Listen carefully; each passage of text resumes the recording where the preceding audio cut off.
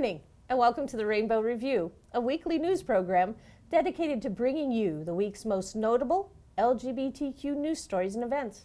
I'm Susan Frawley. And I'm Stephen Ryan. The Rainbow Review will generally consist of news stories, a community calendar, and a guest speaker. If you have items to contribute to the calendar or wish to be a guest on our show, email us at therainbowr@gmail.com. Our lead story tonight is a big win in the Supreme Court for the LGBTQ community. The U.S. Supreme Court has unanimously reversed an Alabama Supreme Court ruling that denied parental rights to a lesbian adoptive mother who had split with her partner. The decision is a direct reversal of an Alabama Supreme Court decision that refused to recognize a Georgia adoption. The two women in the case were together for 16 years, and they had 3 children conceived by assistive reproductive technology.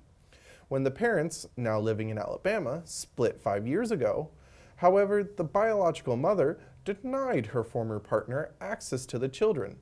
The Alabama courts initially ordered a decree of shared custody based on the Georgia adoption, but the Alabama Supreme Court overturned the lower court orders. The adoptive mother appealed to the U.S. Supreme Court, and on March 7th, the justices unanimously overruled the Alabama Supreme Court in a short, unsigned opinion. The state Supreme Court said that Georgia courts had wrongly agreed to the adoption, while at least 30 states had permitted second-parent adoptions. Almost all of them have been done so under statutory frameworks that, like Georgia's, do not expressly embrace the concept. The brief says, as a result, the number of children who could be adversely affected by the Alabama Supreme Court's decision is large. South Dakota Governor Dennis Stoddard vetoed a controversial bill that sought to ban transgender students from using restrooms and single-sex facilities that corresponded with their gender identity on March 1st. The South Dakota Senate passed the bill on February 16th, after it was passed by the House of Representatives. House Bill 1008 defined biological sex narrowly, according to critics, and would have made it impossible for any transgender person to ever use the facilities that they feel safest and most comfortable in. The governor stated that local school districts can and have made necessary restroom and locker room accommodations that serve the best interests of all students, regardless of biological sex or gender identity. He also said that the bill, if made into law, would openly invite federal litigation. The U.S. Department of Justice has made clear that prohibiting transgender students from using the facilities that correspond with their gender identity could result in a loss of federal school funding.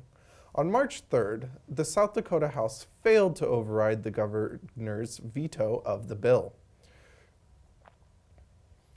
KFC has fired the manager who hired a woman and then fired her in an hour after he learned that she was transgender. Georgia Carter, 27, from Virginia, had gone for a job interview last week with the chain chicken restaurant and was offered shift work. She had been told she had the job and gave the manager her driver's license to draw up the paperwork. But within minutes of telling her boyfriend she was happy to be an active member of society again, she received a call from the KFC manager. She was then told that they could not hire her because they did not know which bathroom she would use. In a statement issued to Gaystar News, a KFC spokesperson said, "KFC's policy is to treat everyone fairly, equally, and with respect, and we do not tolerate discrimination of any kind." Upon learning of this allegation, the franchisee who owns the Richmond restaurant conducted an immediate and thorough investigation. The manager has been terminated for violating the franchisee's anti-discrimination policy, which is inclusive of gender identity and sexual orientation. The franchisee's leadership has also had a conversation with Ms. Carter, offering her employment at this restaurant or any of their Richmond area KFC restaurants, effective immediately. Additionally, The franchisee is emphasizing sensitivity and compliance with their policies to keep this from happening again. After more than a dozen students at an Indio, California high school began wearing badges that display rainbow symbols with strikes through them, officials told the teenagers to remove them. The decision is not final, and the school is still weighing a final directive on the matter. There was no disputing, even from the young people wearing them, that the symbols were meant to display resistance to LGBTQ rights. Officials at Shadow Hills High School, about 25 miles east of Palm Springs, at first said they couldn't tell the teenagers to stop wearing the badges. Administrators believed the children's right to display the anti-gay symbols was protected, just as the right to wear pro-LGBTQ imagery. Many students felt the crossed-out rainbows were inherently offensive and distracting, especially since one of the symbols was placed on the offices of the Gay-Straight Alliance. Officials now feel they can demand the children stop wearing the badges because the conduct has risen to the level of bullying and intimidation. Mormon leader David A. Bednar, who sits on the quorum of the 12 Apostles of the Church of Jesus Christ of Latter-day Saints, has claimed that there are no homosexuals in the religion. It comes after the church rolled out a harsh new anti-LGBTQ policy last year, which expelled children of gay parents from the church unless they disavow their parents' relationships. He says that some people have challenges in the flesh, but that such homosexual afflictions don't constitute a sexuality because Mormons will try to cure them. His comments might come as a surprise to the many openly gay Mormons, thousands of who rallied outside the church last year when they implemented their new anti-gay policy. In a related story, a hate crime bill has been defeated in Utah. The Republican-dominated state legislature defeated the Hate Crimes Amendment bill with a vote of 17-11. It would have expanded hate crimes to include disability, gender identity, and sexual orientation. Church of Jesus Christ of Latter-day Saints, which is based in Utah, strongly opposed the legislation, claiming that it failed to maintain a balance between LGBTQ rights and religious freedom. Kentucky State Representative Joseph M. Fisher wants the definition of matrimony to be changed to exclude gay and lesbian couples. The 454-page bill aims to reverse the U.S. Supreme Court ruling in favor of marriage equality and claims that the state has full power to define marriage and to establish a new institution of matrimony. The bill wants matrimony to exclusively mean a pairing of two members of the opposite sex. 3 senior football players at a suburban Philadelphia high school were accused of assaulting a 14-year-old freshman on what the team called No Gay Thursday. District Attorney Tom Hogan said Friday that 3 17-year-old students at Constatoga High School held down a 14-year-old boy on October 15th and sexually assaulted him. The 3 are charged as juveniles with assault and other crimes. You know, this story in particular really bothers me because of the fact that here was this child sexually assaulted at a school that apparently they've been doing this every Thursday to freshmen for we don't know how long before it was found out.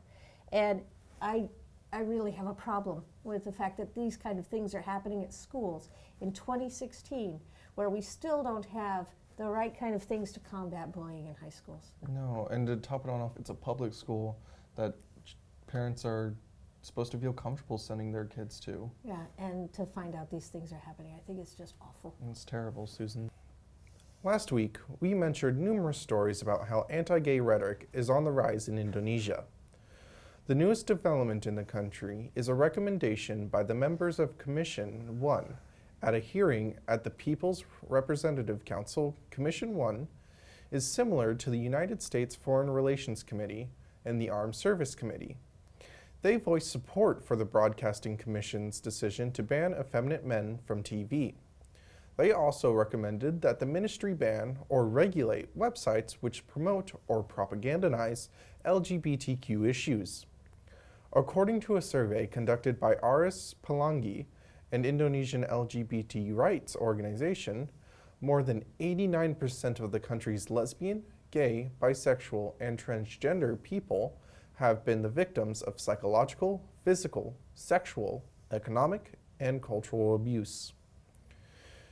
In a similar story, homosexuality and other abnormal sexual relations and sexual behavior, such as incest and sexual assault, have been banned in Chinese TV dramas.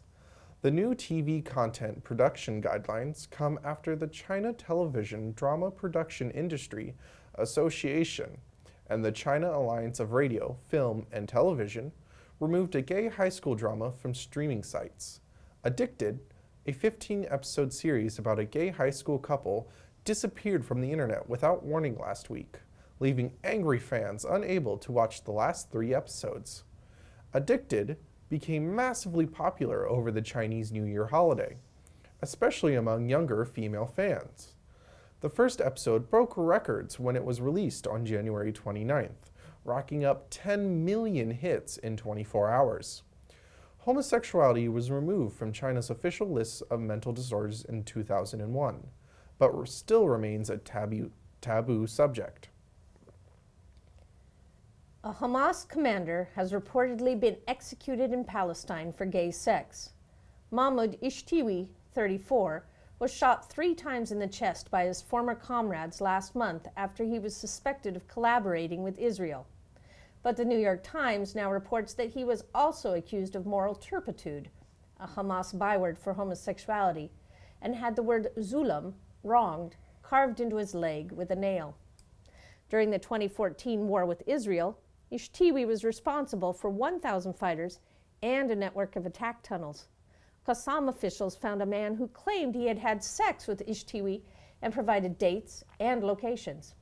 They concluded that the missing money had been used either to pay for sex or to keep the man quiet.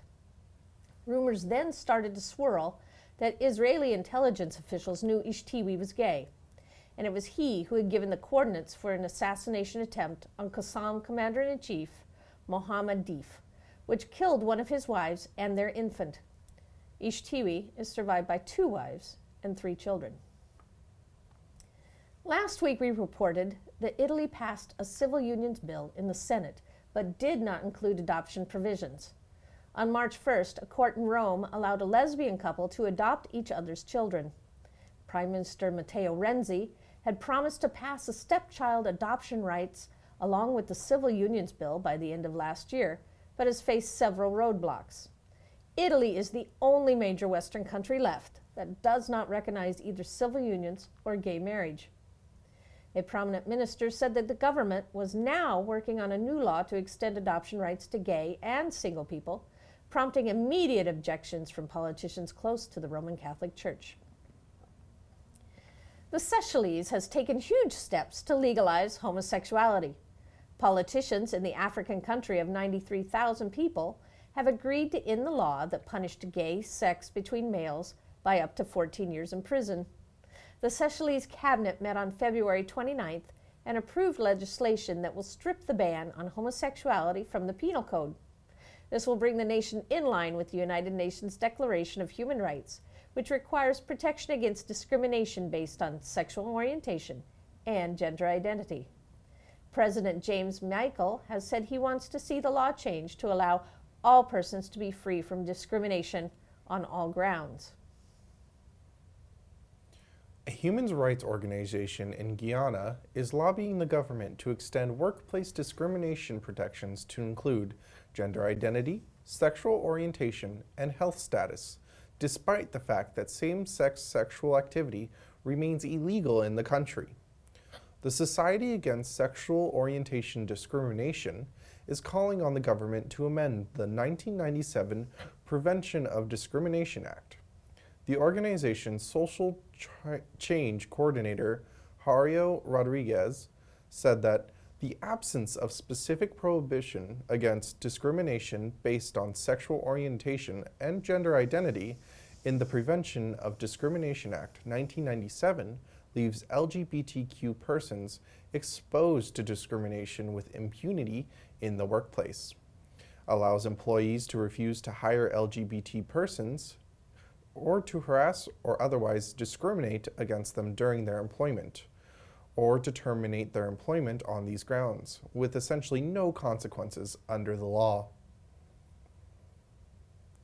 Speaking at the Economist's Pride and Prejudice conference that took place on March 3rd in London, New York, and Hong Kong, the president of the World Bank, Jim Young Kim, spoke about proposals to rein in lending to projects that would end up harming LGBTQ rights.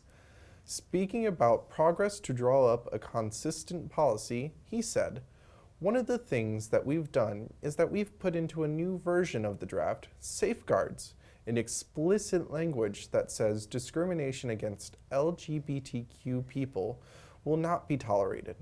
He said, "As a minimum, we have to stop a loan that can either discriminate or endanger. And we've never had that discussion before inside the World Bank. It's a first step.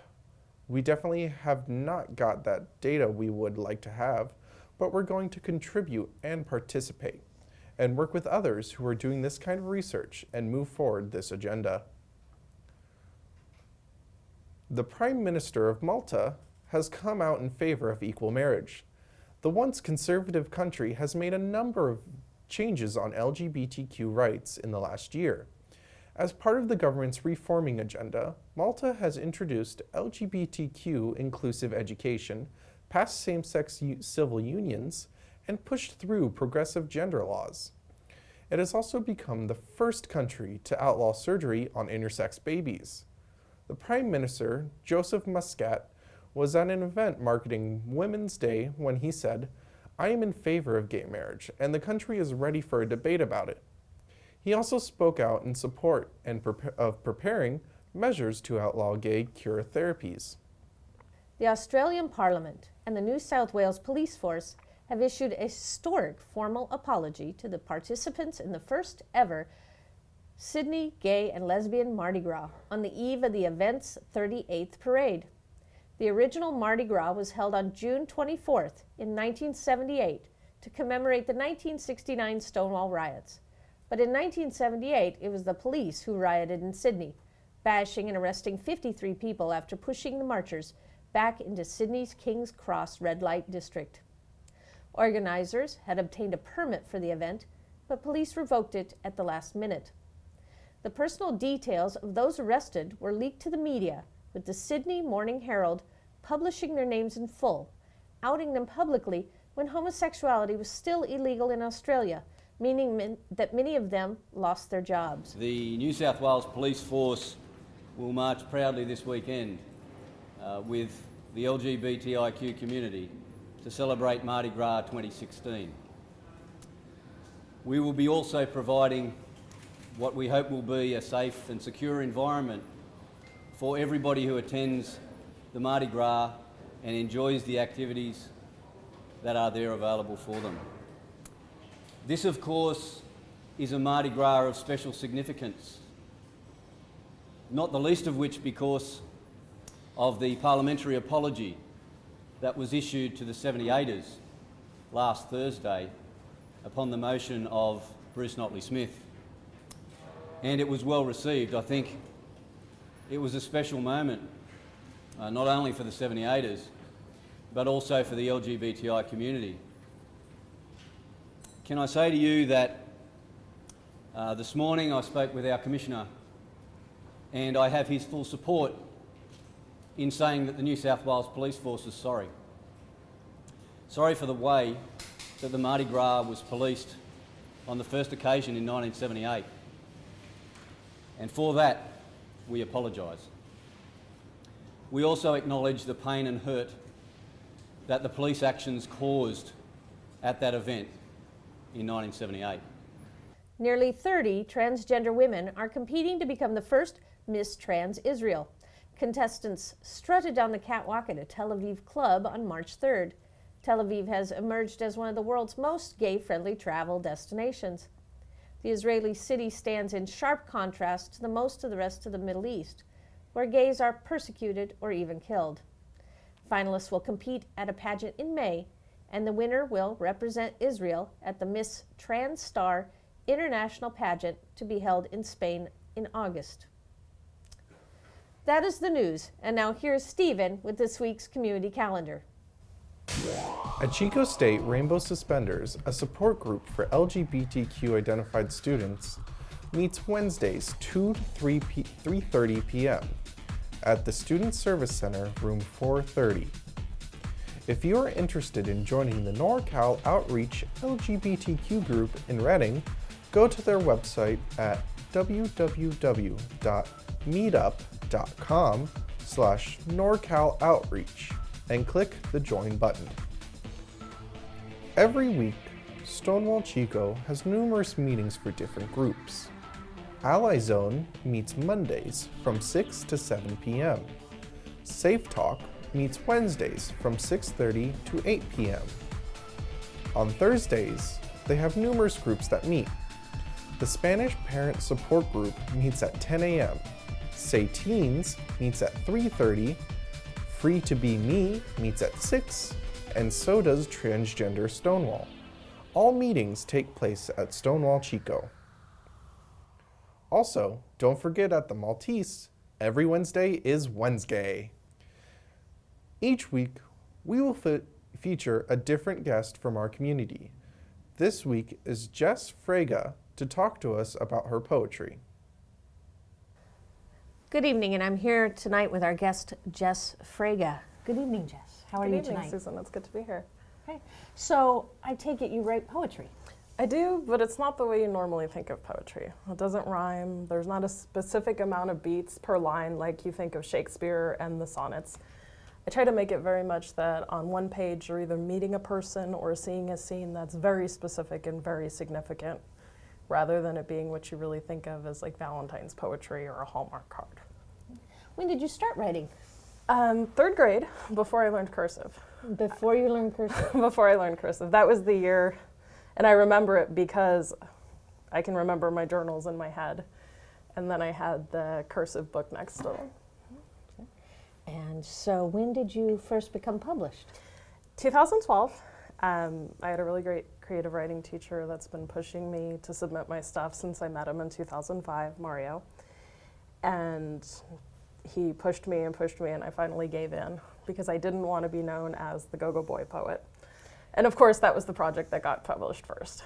What is the Go-Go Boy poet? What is the Go-Go Boy? My first project was called You'll Never Tip a Go-Go Boy in This Town Again. And I was really upset with the stereotype that all gay people were drug addicts, all gay people that went to a club by nature had no future, had no job, had nothing. So for my last semester of junior college, I interviewed the staff of my favorite club in West Hollywood, the go-go dancers, the bartenders, the dishwashers, the security guy. And that became this project. And that was eventually in 2012 what got published. It was actually written back in 2007. Very cool. I actually think that's really cool. Now, before I ask you any more questions, I see you've got something here in front of you that looks like one of your poems. Did you want to read that for us? I did, and I thought this one was very much, as gay people, we're kind of the rainbow sheep of the family, the black sheep of the family. We're the ones people don't talk about. So the one I brought is called Things Not to Talk About in Polite Company. I say I'm greater than the sum of my scars. I don't think she hears me. I'm cornered between her and the table. She's between me and the coffee pot. Before my alarm goes off, she wants to talk about God. She is sure we all worship the same one. I want to be sarcastic, inappropriate, but I'm trying to make a good impression. She asks if I sacrifice animals. There's the gecko with no tail, the kitten with the broken tail, the bald finch, the bird with a bad foot, my empty bank account. My scars are in the shape of religion, cut with my mother's words, etched into me with guilt. I don't tell her that one religion's greatest sin is willful ignorance. That's very good. Thank you. Thank you very much for reading that. So we've had some pictures of your work up on the screen here. Can you tell us about this beautiful cover art on these books? Actually, I have two great cover people that I absolutely love that are part of an online writing group that I work with. Gigi is a single lesbian mom of 5. She has custody of her 5 nieces and nephews, and most of these are hers. Apple Falls Far, Transit Line Paradigm, and also Liberation of Memory. Greater Than the Sum of My Scars is from my friend Laura Thompson. She owns a small press in Louisiana and does some single run things And then the Go-Go Boy one actually got done by Evening Street Press when they published my book. Very nice. Now, are these hardbound books? Are these e-books? What kind of format are these in? You'll Never Tip a Go-Go Boy is only in print. You can get it on Amazon. It's under my previous last name before I got married. The rest of them are all available on Kindle. You can also download them to either a Nook or just online to read on your computer. I'm working on getting the rest of them done in print, but uploading the manuscripts, uploading the covers and everything like that, that kind of technical stuff is not my forte, so that's taking a little bit of time. Okay. I just wanted to ask you real quick.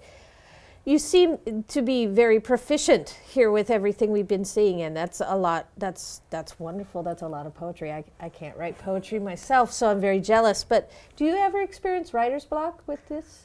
Always. I'm more likely to have writer's block than not. And you can usually tell by how clean my house is. If my house is super clean and the tile grout is clean, you know I haven't written anything. Okay, so messy house equals books. Yes. Okay, well remember that. Messy house equals books. I just have one more question I want to ask you real quick before we run out of time for the evening, and that is, how do you feel your writing reflects, how do you feel your writing reflects the LGBTQ community? My writing's very much my experience of the LGBTQ community. I think a lot of people in our community, we don't grow up with the traditional idea of family. So we have our substitute families that we've built in the people around us, the people we've chosen to spend our time with. A lot of us suffer from depression, from anxiety, because we're constructing families and learning how to have healthy relationships in our 20s and 30s and 40s for the first time. But this is my picture of it. Everyone's is a little unique, but I do want people to know that they're not the only ones that are doing it. Very cool. Very, very cool. Well, I wanted to thank you for coming on tonight. Well, thank you. Really appreciate it. And again, where can they get your books? On Amazon. They're all on Amazon. On Amazon. So again, thank you, Jess, for being here tonight. Thank you. If any of you are interested in appearing on our show as a guest to either promote an event or showcase your own business or talent, please email us at therainbowr@gmail.com. You can also like us on Facebook at The Rainbow Review. The Rainbow Review is dependent on support from the community. If you are interested in sponsoring our show, please contact us for details. All contributions are tax deductible. And that is our show for this week. Thank you for watching and have a wonderful night.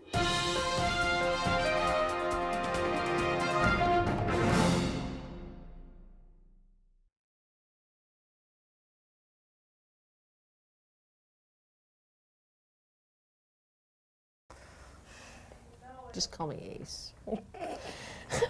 I'm practicing my new Susan's having persona. Too much fun, love. I'm practicing my new persona to go with my new nickname. Just call me Ace. Ace Frawley. Oh my God, you need that as like a GIF on your profile. Ace Frawley. Danny, are we ready? Okay. This is the Rainbow Review, episode 2, take 1. Wait, I'm not ready. Oh, we don't have to start right off the bat. Ace Frawley. Just call me Ace. That went well. Yeah. Cut.